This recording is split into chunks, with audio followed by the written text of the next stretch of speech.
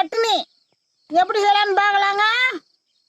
தேவையான பொருள் 5 வரமிளகாய், பூண்டு ஒரு கட்டி, சீரகம், சின்ன வெங்காயம் நிறைய சேர்த்துக்குங்க. கருவேப்பிலையும் நிறைய சேர்த்துக்குங்க. எல்லாமே வறுத்துக்கணும். 1 ஸ்பூன் எண்ணெய் சேர்த்து எல்லாமே வறுத்துக்குங்க. வறுத்துட்டு இந்த பூவையும் சேர்த்து வறுத்துக்குங்க. பாருங்க, இது வறுத்து விட்டு இப்போ இதை மிக்சியில் சேர்த்த போகிறோம்.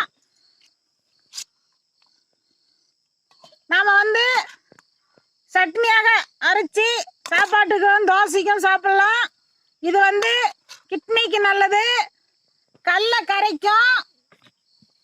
இத்துடன் தேங்காய் ஒரு மூடி சேர்த்துக்குங்க. புளி சிறிதளவு புளி சேர்த்துக்குங்க. தேவையானது உப்பு சேர்த்துக்குங்க. இப்போ நாம் சட்னி அரைக்கலாம். சட்னி ரெடி ஆயிருச்சு.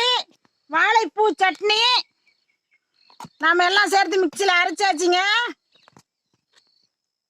சட்னி ரெடி ஆயிருச்சுங்க. இது இட்லிக்கு தோசைக்கு நம்ம சாப்பாட்டுக்கும் சேர்த்துக்கலாம். புளி சேர்த்துக்கிறதுனால கெடாது, சூப்பராக டேஸ்ட்டாக இருக்குங்க. ரொம்ப சுவையாக இருக்குங்க வாழைப்பூ சட்னி. குழந்தைங்க ரொம்ப விரும்பி சாப்பிடுவாங்க.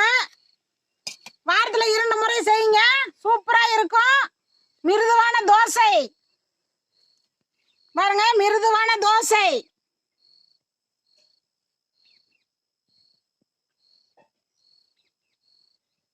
இது பாருங்க, சாஃப்டான இட்லி, மிருதுவான இட்லி. இதையும் நாம் இப்படி தொட்டு சாப்பிடலாம். ரொம்ப சுவையாக இருக்குங்க.